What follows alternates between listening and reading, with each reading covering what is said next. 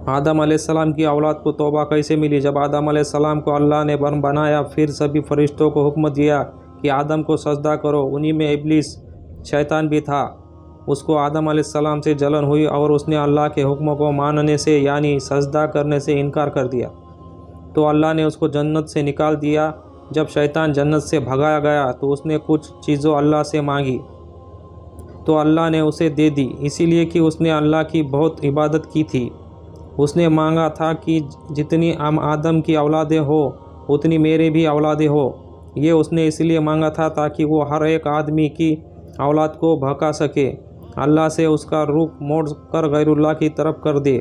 अल्लाह ने उससे सब कुछ दिया, लेकिन आदम की औलाद को एक तौबा जैसा हथियार दे दिया कि ए शैतान कितना भी भड़काए, मगर आदम की औलाद आकर तौबा कर ले तो मैं सारे गुनाह माफ़ कर दूंगा।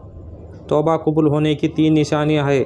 तौबा कबूल होने की पहली निशानी यह है कि बंदा तौबा करने के बाद नेकी के कामों में लग जाता है।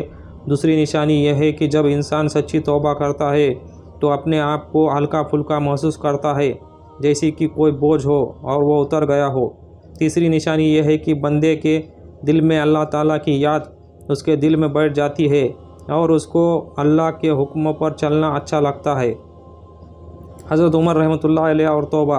हज़रत उमर रहमतुल्लाह अलैह फरमाते हैं कि मुझे आज तक कबूलियत का खौफ नहीं हुआ, बस मुझे खौफ इस बात का है अल्लाह ताला तौबा की तौफीक मुझसे ना छीन ले, क्योंकि तौबा की तौफीक अल्लाह उसको दे देते हैं जिसकी कबूल करनी होती है।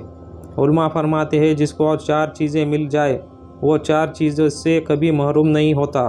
जिसको तौबा की तौफीक मिल जाए तो अल्लाह ताला तौबा की कबूलियत से कभी उसे महरूम नहीं करते। जिसको शुक्र करने की सलाहियत अल्लाह दे दे, अल्लाह उसको और ज़्यादा नेमतों को देने में कभी महरूम नहीं करते। जिसको इस्तिखार की तौफीक मिल जाए, अल्लाह उसे खैर से कभी भी महरूम नहीं करते। जिसको उस्तादों से, वालिदैन से, अक्लमंदों से मशवरा करने की तौफीक मिल जाए तो कभी वो सीधे रास्ते से महरूम नहीं होता।